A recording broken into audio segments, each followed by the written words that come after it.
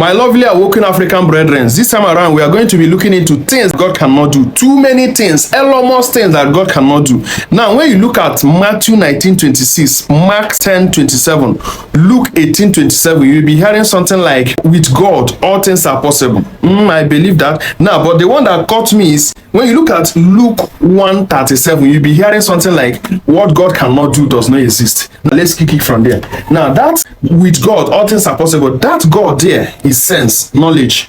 Remember, I told you, difference between God and man is knowledge. That's why God hid knowledge from Adam, so that Adam will not be like God. Adam will not be like him when he acquires knowledge. So the difference between Africans and Westerners, Europeans, is knowledge. That's why they can invent, they can produce. But Africans are consumers, dependers. Are you getting my point now? So this topic is going to be very long. I will slash it into different videos so it will be shorter. So do well to hit my subscribe button, follow my page, my channel, depending on the platform you are seeing my video, my teachings.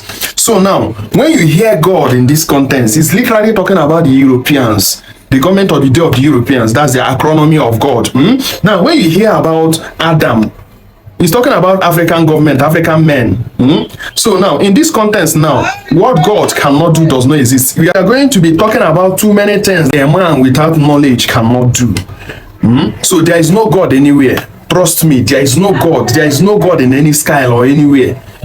Follow me carefully. When you hear God, God means knowledge.